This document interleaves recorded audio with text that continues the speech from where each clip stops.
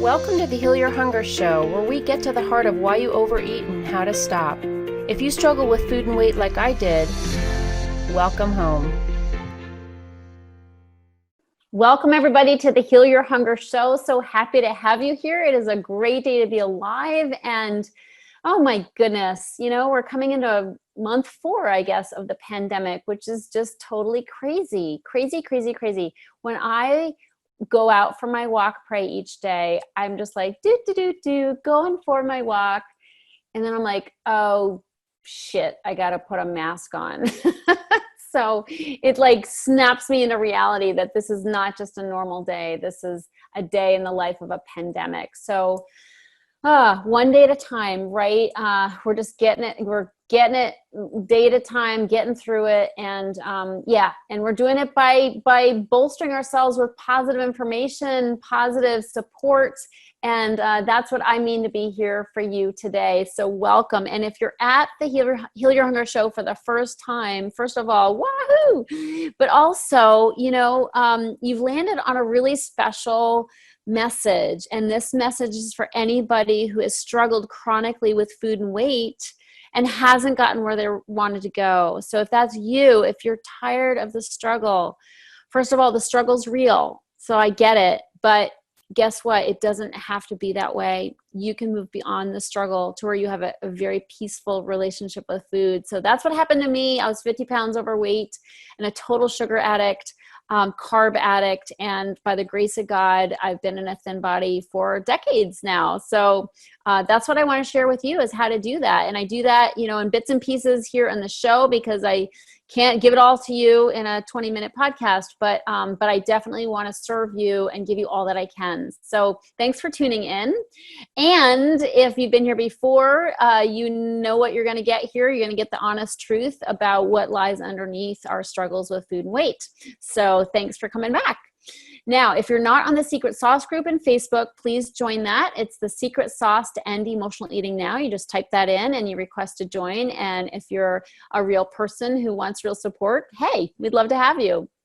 Also, the Quit Sugar Challenge is here, okay? It's coming up, but the opportunity to register is here. So please go to quitsugarchallenge.com, just quitsugarchallenge.com. Register right now. It's like crazy cheap. Okay. $21. The price is going up. So jump in, go ahead and register and get started. You're going to, the actual thing is going to start on June 8th, but you are going to get a special Quit Sugar shopping list. So get that. So you're armed with what you need to go through the challenge. But this is meant to support you on transitioning away from sugary foods, from sugar binges to healthier foods, healthier choices. And then ultimately, of course, to get underneath those cravings and see what's going on an emotional level. Sugar is no doubt like the most addictive substance out there, like bar none, okay? I've been a total sugar addict, and I'm going to talk about that today. But it's just really important to know that there's more to it than that. So that's something that we're going to get into. I just think the backstory is going to be helpful. And, I don't think there's anything I hear about more than from people in terms of having issues with food than sugar. Okay, so sugar is the number one thing that causes people's downfall. Okay, so please, if you're just joining here and you're watching the Secret Sauce group, please definitely comment below. Let me know you're there. That gives me tremendous support. I so appreciate it. And I want to talk to you about my story because this goes back a long ways. I've been in recovery from emotional eating, sugar addiction, food addiction, binge eating for quite a long time. Does that mean I'm healed? No. Does that mean I'm cured? No. I've definitely fallen down a few times on my journey, but my journey started really in terms of really getting a hold of this thing many years ago, like over 30 years ago, but it started when I learned about sugar. Okay. So I don't talk about this very much, but the information I'm going to share in the Quit Sugar Challenge is very close to what I learned literally, let's see how many years ago it was, It was 1986. Good Lord. I'm going to have to do math on the spot here. So 1986, 90, so 34 years ago. Holy cow. 34 years ago, I learned some really important things about sugar that have never left me, and they have supported me on being free from sugar addiction for all those years, except for the times when I wasn't free. So I have to always put that in there. It hasn't been smooth sailing all the time. Of course, I was overcoming a deadly habit. But my story may be something you relate to. I really think I was a sugar addict from the get-go. I think my relationship with sugar was an intimate one, to be sure, but it was one that was totally addictive. As far back as I can remember, I loved sweet things. I mean, I loved sweet things. I loved anything sweet, anything that had sugar in it. And it was really such a draw for me. And what I know now looking back is that I was physically addicted to sugar, and I do have a very, very physical addiction to sugar, okay, where it reacts in my body. And we're going to talk about that in the Quit Sugar Challenge. If you feel like you have an addiction to sugar, please put something in the comments. Please let me know. Yeah, Jamie said, yeah, Chris. Yeah, for sure. So anyway, thanks for commenting. I so appreciate that. Anything sweet. I mean, I just had to have it, and I couldn't stop at one. Okay. I could not stop at one. And if that's your experience, you're in good company for sure. Not just with me, but jillions of people have this experience. And so that's why it's so important to address sugar. A lot of people try to stop overeating or get control of their weight, but they don't address sugar. And that causes them to self-sabotage so often because they're trying to eat right, get on a clean eating plan, and yet they're ingesting sugar into their bodies every day unbeknownst to them. So there's so many hidden sugars that are crippling them, and they don't even know they're eating sugar. I mean, what a farce that is. I mean, to be like, you literally think you're doing well, but there's hidden sugars in the foods that you're eating, and all of a sudden you're blowing it, and you don't even realize it's because the healthy food that you ate was laden with sugar. So that is just, that's what's happening out there.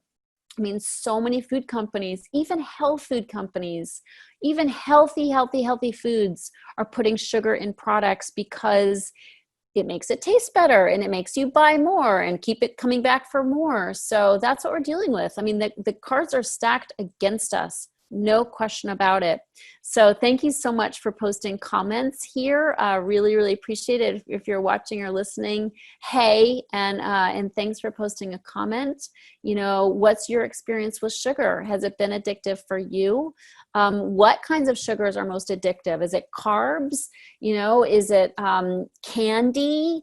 Is it, ice cream? Those were my favorites for carbs, like popcorn or chips, and candy, of course, like anything chocolatey, but ice cream was a big one for me. But carbs mixed with sugar, like cookies and cake. So, post in the comments of what things are most addictive for you.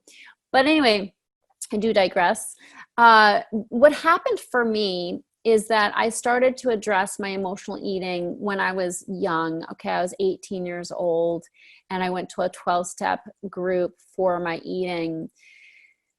And that was good. I'm grateful for that. I'm grateful that I started sort of waking up to this problem. But to be honest, I kept slipping and sliding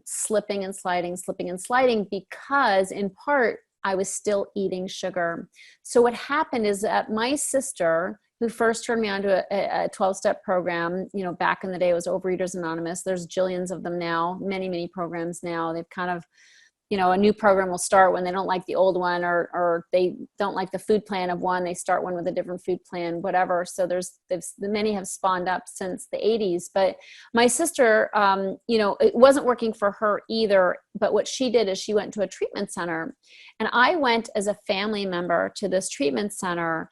And for a week I was there, and I went with my mom and my dad, and it was a very strange experience because I was barely in a 12-step program. And, this whole idea of treatment for food addiction was somewhat new. It was kind of big in the 80s. And then it left when the insurance companies realized it wasn't a good buy for them. Like, people relapsed all the time.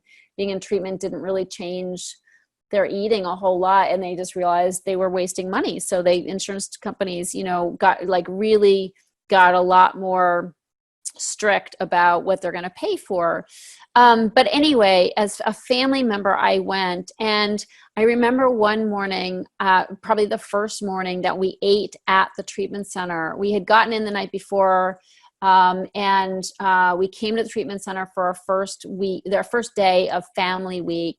And what happened is my mom and my dad and I were sitting there eating breakfast at the dining hall of the treatment center. This is Naples, Florida. And my sister came up to us to kind of say hi. I don't know if we'd seen her already yet or not, but she came up to us and immediately started telling me about how the cereal I was eating was full of sugar. Now, she was a bit of a pain in my butt. Okay. So I did not have a good relationship with my sister early, for many years, frankly. She was kind of like in your business all the time, not good boundaries, to say the least. And she would, do this type of thing where she kind of gets in your business, and had I had better self-esteem and better boundaries at the time, but of course I did, and I was 18 years old, I would have told her to take a hike. It took me years to learn how to tell my sister to take a hike. But at the time, she picked up my cereal in my little boxes, those little cereal boxes, the mini ones. She picked up my cereal box and began teaching me about the sugar that was in the cereal I was sitting there eating. Thanks a lot. So, but nevertheless, I had this relationship with her that was contentious. And yet I owe her, my life in a sense, because this was where I learned about the fact that just stupid cereal, Special K, Special K or Rice Krispies had tons of sugar in it. And of course, nowadays that's not news. But back then, it wasn't common knowledge. There wasn't all the health information. There wasn't the internet that spread the health information like there is now. And so I had no idea that cereal had sugar in it, and that was causing an addictive, triggered reaction in me. And so that was the first clue I got. And I'm so grateful I did, because throughout the week, I learned a lot about sugar. I learned about the hidden, sugars and the different names for sugars that are in products. And it just opened my eyes. And so when I went back home and I tried to eat clean, I was a little more hip to the idea that I had to start reading labels. I had to start getting real clean, like not just clean, like I'm not going to eat a hot fudge sundae, that kind of clean, that's obvious. But I had to get like kind of ninja clean, where I was reading labels, where I was looking at ingredients, because if I didn't, I'd end up eating sugar and it would be triggering me on a physical level, let alone, the emotional's there, and that's got to be dealt with. That's the world I live in most of the time, in helping people heal their hunger, their deeper hunger. So important, vital. You're never going to lose the weight and keep it off if you don't do that. But, even on the physical level, I was setting myself up for sabotage on account of the ingredients that were going into my food. And an example of that is before I went to the treatment center, again, as I said, I was in a 12-step program, and I was trying to eat my meals and be clean and be good, of course, good with quotations. And what happened was that I every day I would eat a peanut butter and jelly sandwich. So for one, I was eating bread, like whole wheat bread or whatever, but it was bread, which of course metabolizes as sugar in your body very quickly, not as quickly as white bread, but not too far behind. So I was setting myself up that way. And then I was eating jelly or jam, which had sugar in it, like gobs of sugar in it, and peanut butter. Now the peanut butter did not have sugar in it. I was, I was in Western Mass. I was getting the peanut butter at Whole Foods. It was being ground up, so it didn't have added sugar.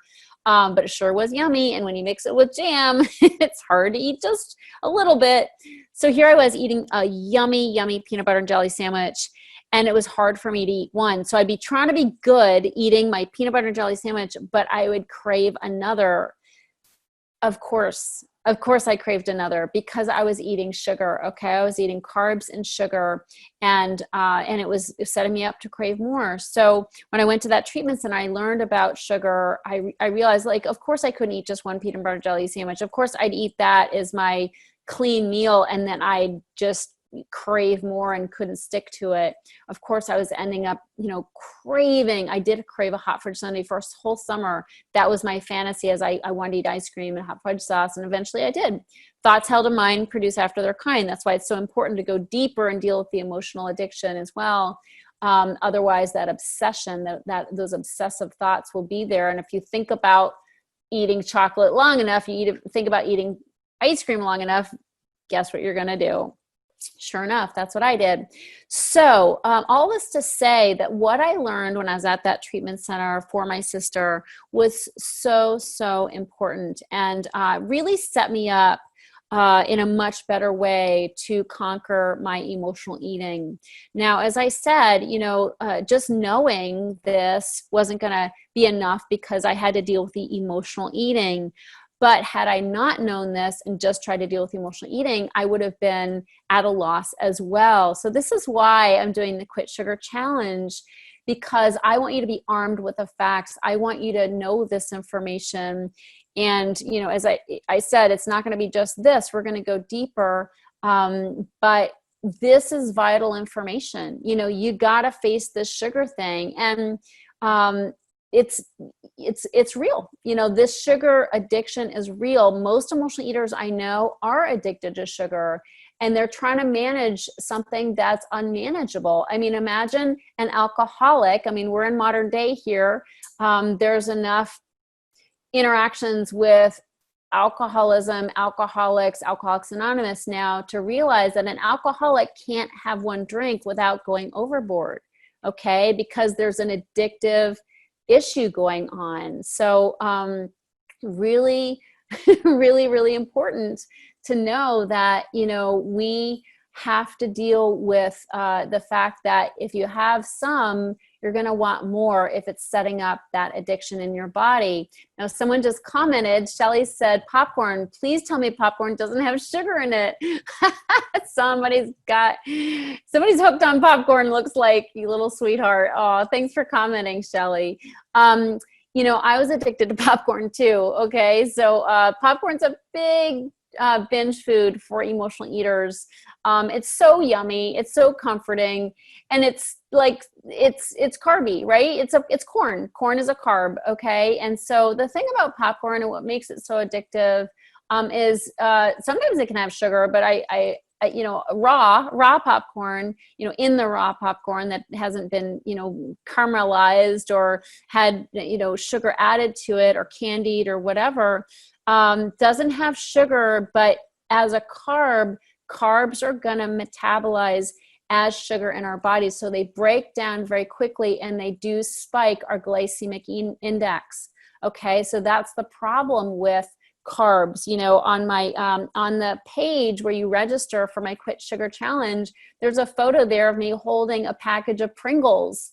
And someone in the health space said, Tricia, are people gonna understand this is a Quit Sugar Challenge if you have a package of Pringles in there? And I said, well, they're gonna get it soon that, because I'm gonna tell them that it was not only Pringles, it was Oreo cookies as well. But but basically, those Pringles are metabolizing the sugar. First of all, they're highly processed. You know, they're not just raw potatoes. They're potatoes that have been processed to death, and then they're in the potato chip, and that's going to metabolize the sugar so quickly in your body. And same with popcorn. Even popcorn's, and you know, that's corn in a much more natural form than corn flour or cornbread or something like that. Unfortunately, yes, it's setting you up to fail. It's addictive. That's why carbs, you know, that's why people who are emotional eaters, it's, you know, carbs and sugar are the two top things that they're munching out on. You know, it's not lettuce. Notice you are not binging typically on green beans or salad. Okay. Why are we binging on sugar and carbs? For so many reasons. Okay. So there's a lot to answer there. But one of the reasons is because first of all, that sugar is hitting the reward centers in our brain very quickly. And it's setting us up to crave more. Okay. And it's giving us a serotonin hit. And we want more of that, especially if we're deficient in serotonin, which a lot of emotional eaters are. So these are some of the things that we need to start getting hip to if we ever expect to lose weight and keep it off. If you don't have this information and you want to lose weight, if you want to have success in weight loss, you know, you're doing yourself a disservice if you don't get this information, if you're not armed with this information. So is this helpful? I'd love to hear from you in the chat. If you're listening, not in the Secret Sauce group, you know, I hope this is hitting home for you. And I do hope you'll join us for the Quit Sugar Challenge, because it's going to be a lot of fun. You know, if you go to the page, quitsugarchallenge.com, you'll see some goofy pictures of me, okay? Me with sugar, me with my face up against a Pringles container, you know, those fancy little tubes, those Pringles containers. I mean, who could ever eat just one Pringle, for goodness sakes? My God, I could eat a whole container of that, and I did many times. But the reason why I'm kind of goofy in that page where you register is because we got to have fun at this. We've got to put some fun in it, because, you know, if we didn't laugh, we just might cry. Okay. So, you know, it's my aim to make this fun, and the Quit Sugar Challenge is going to be fun. There's going to be prizes. There's going to be little tasks for you to do each day. It's a 5-day challenge. But we're doing it together, and that's the key, is we're doing it together, because no one can overcome sugar addiction and food addiction or emotional eating on their own. Nobody. I couldn't. You know, my clients come to me because they realize they couldn't. And anybody, frankly, who wants to achieve any important goal in their lives is smart to reach out for help and support. So that's what I hope you'll do. And I hope you will join us for the Quit Sugar Challenge. It's literally like $21 right now. That's an introductory price, but good Lord, you can't afford not to. So this could be a real life changer for you. And that's my goal, is to get you started on really transitioning away from sugar, and to realize how yummy your foods can be if you do transition, because I'm going to show you how to eat really yummy foods that don't have a stitch of sugar in them. You know, this is not all about, you know, being a veil of tears and just, you know, walking away from sugar and being depressed for the rest of your life. No. I enjoy my food. I still have a sweet tooth.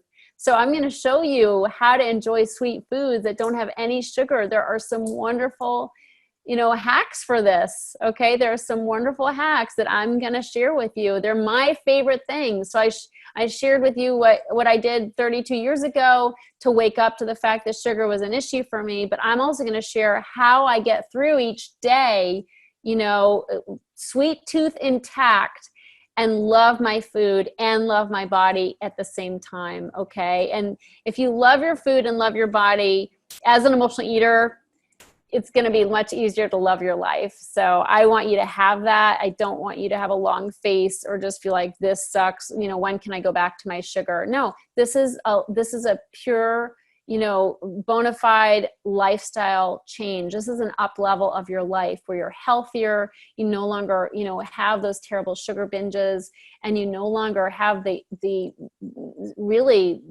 consequences of eating sugar, like getting more wrinkles and, getting issues, health issues and joint issues and inflammation and depression and anxiety and all that. Oh my God, there's so many problems that sugar causes in our lives, in our bodies, in our minds, and our spirits, not to mention just feeling mad at ourselves when we binge, right? I mean, the self-flagellation from losing control, that's enough in and of itself to cause us to want to change. So, you don't have to live that way anymore. You can feel good about your food choices and really love your food. And that's what I want to share with you. So so that's a little bit about my story. Every day, I do have some sweetness, whether it's something I drink or it's usually more things that I drink than I eat. But, there are some yummy recipes I'm going to share with you as well.